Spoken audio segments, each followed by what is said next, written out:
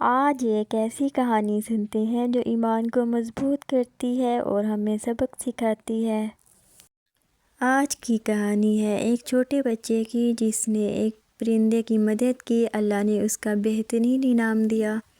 اس کا عنوان ہے نیکی کا انعام۔ ایک مرتبہ کا ذکر ہے، ایک گاؤں میں ایک غریب بچہ رہتا تھا جس کا نام بلال تھا۔ بلال بہت نیک دل اور محنتی لڑکا تھا۔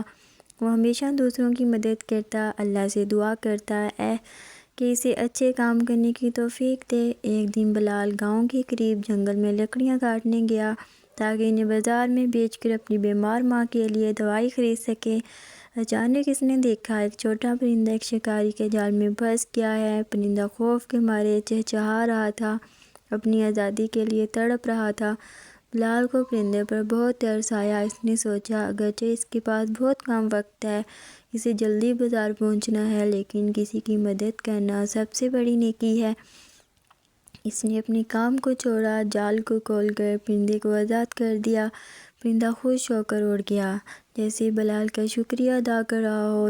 بلال جب بازار پہنچا تو اسے حیرت ہوئی، لکڑیاں زیادہ قیمت پر فروخت ہو گئیں۔ اس دن وہ پہلی بار اپنی ماں کے لیے دوائی اور کھانے کا سامان خرید سکا۔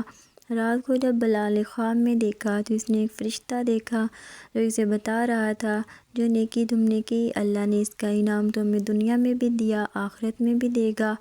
یہ سن کر بلال نے تہیہ کیا کہ وہ ہمیشہ دوسروں کی مدد کرے گا، اللہ پر بھروسہ رکھے گا۔